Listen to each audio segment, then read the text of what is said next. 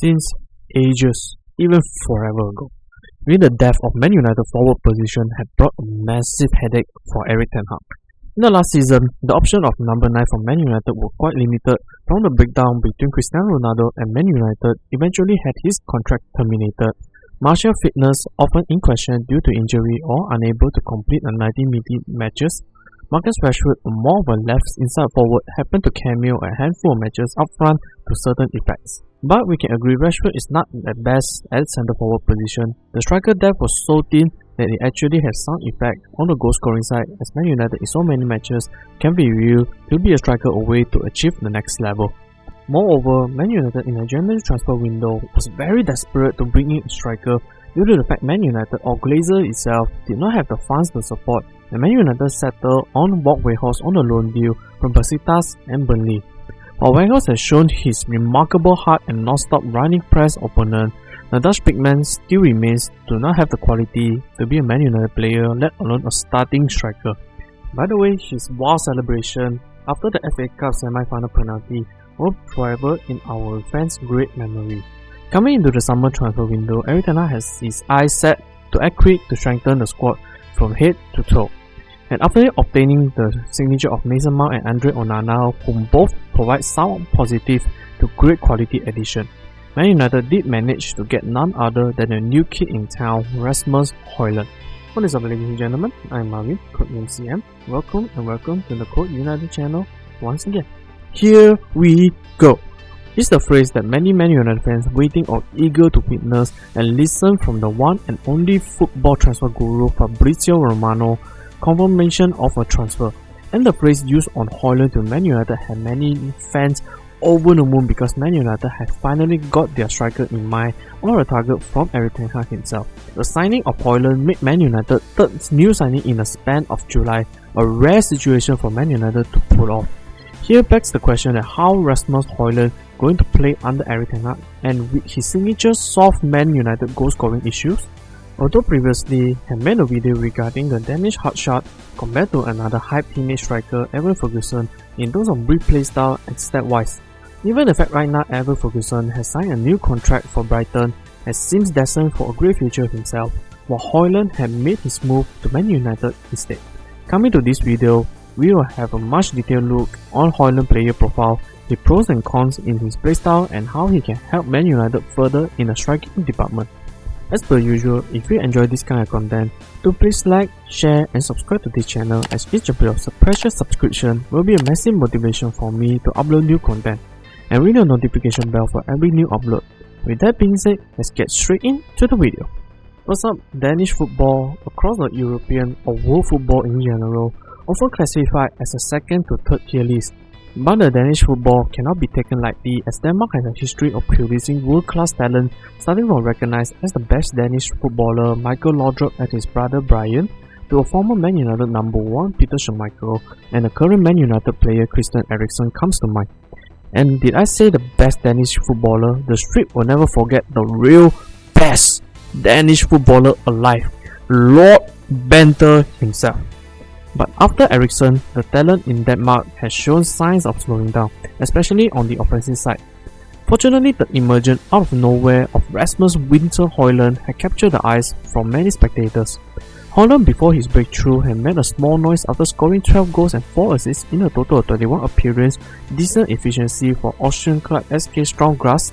Despite the remarkable goal and assist ratio, Højlund is still not enough to be in the Denmark national team, as a Danish teenager was dropped out from the World Cup 2022 squad as the Denmark coach at that time, Kasper Højlund, who favored more experienced strikers like Andreas Cornelius, Martin Braithwaite and Yusof Poulsen. And this actually fueled Højlund very eager to ensure that his talent should not go unnoticed for any longer. In the 23rd March 2023, in just his first national start for the Denmark national team, Rasmus bagged not 1, not 2, but 3 goals, and he obtained a hat-trick in which blew the internet in an instant. Since his national breakthrough, Højlund became a hot target for many teams, and in the end, he still followed his heart by choosing the Red Devils. Moving on, let's talk about Højlund's playstyle of strength and weakness. Højlund's strength can be separated into 3 categories. First will be his physical appearance, second is his link-up play, and third is his poacher instincts. Physical attributes are his major selling points, standing at 6'2 to 6'3", combining with pace to burn as he clocked at 35.97 km per hour, whereby is the fastest among Man United players clocked last season, surpassing Man United speedster 35.95 km per hour Marcus Rashford. This astonishing attribute had him made an unnecessary comparison to another Northern European, Erling Haaland. But to be fair, Haaland had been a generational goalscorer and unbelievable goalscorer that his GA at his age were unseen since his introduction to pro football, while Højlund was not a high prospect like Haaland, rather more of a diamond in a rough waiting to be polished. Hence the comparison was utterly irrelevant.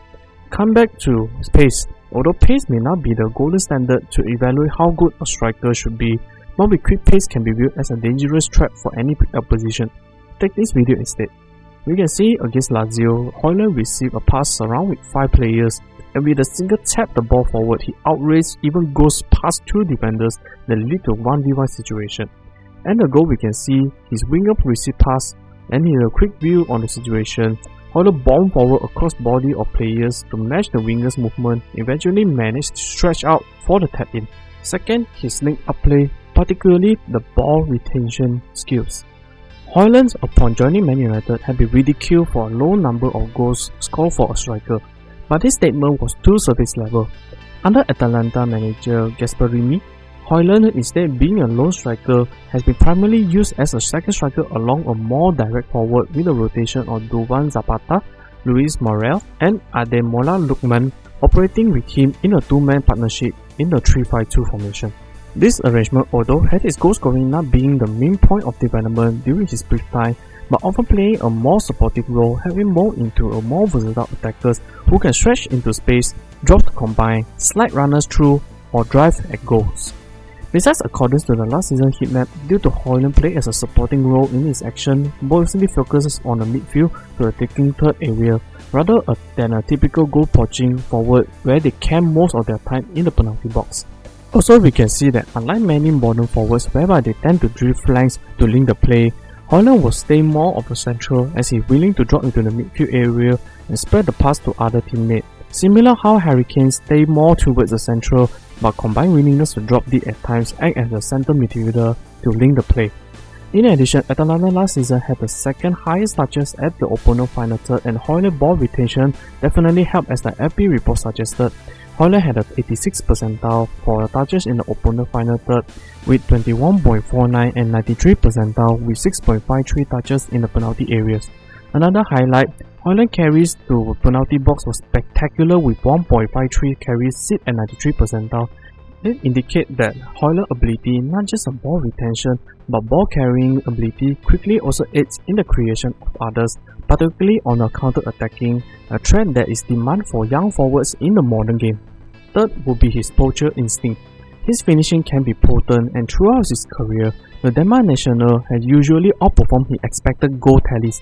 In Serie A last season, his 9 strikes came from 9.47 xGs, and his conversion rate sitting at 16.67% or 17 as a whole number, a figure higher than that of a player such as Lautaro Martinez and Dusan Vlahovic. On top of that, Højlund is although surprisingly similar again to Haaland, a left-footed player, but as 6 of his 9 league goals came at courtesy of his right foot. His comfort in finishing with either foot remained a massive plus and something that will become an asset in the Premier League. On the eye test, Højlund had also contained unpredictable movement in the box. Best example came at the first goal for Denmark in his hat-trick. We can see before cross came, Højlund made a number of movements that confuses the defender, then decided to launch himself to secure a sweet tap-in. Of course, all players would definitely have their weakness in their game, and Højlund was not immune to that. To me, I see there were probably 2 crucial weaknesses that require improvement as soon as he joined Man United.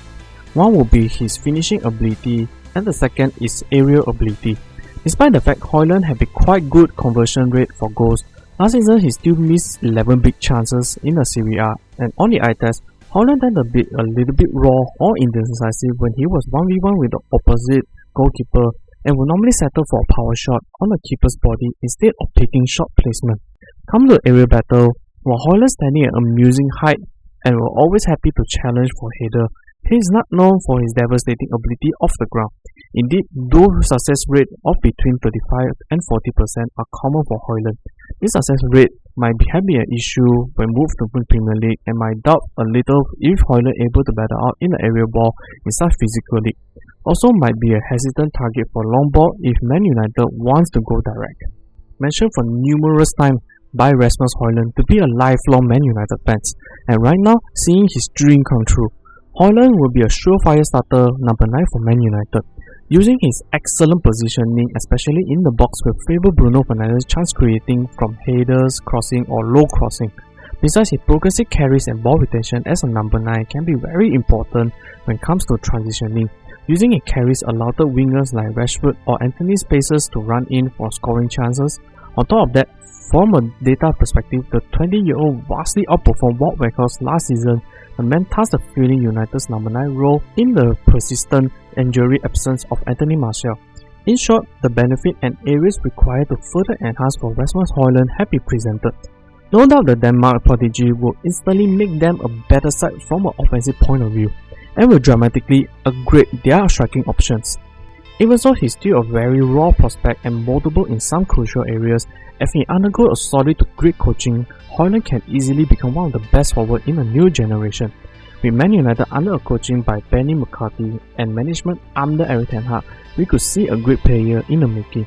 Given that Benny had transformed Rashford from a peak 20 goal scorer to obtain 30 goals milestone last season, combining with the rapid growth in Garnacho and assignment by Menu, definitely shows Erik ten Hag's eye for a talent. That's the end of the video. What do you guys think? Do you see RASMUS HØJLUND blossom under the Man United shirt? Comment down below so that we can have a discussion. Hope you enjoyed this video. I will see you all in the next one.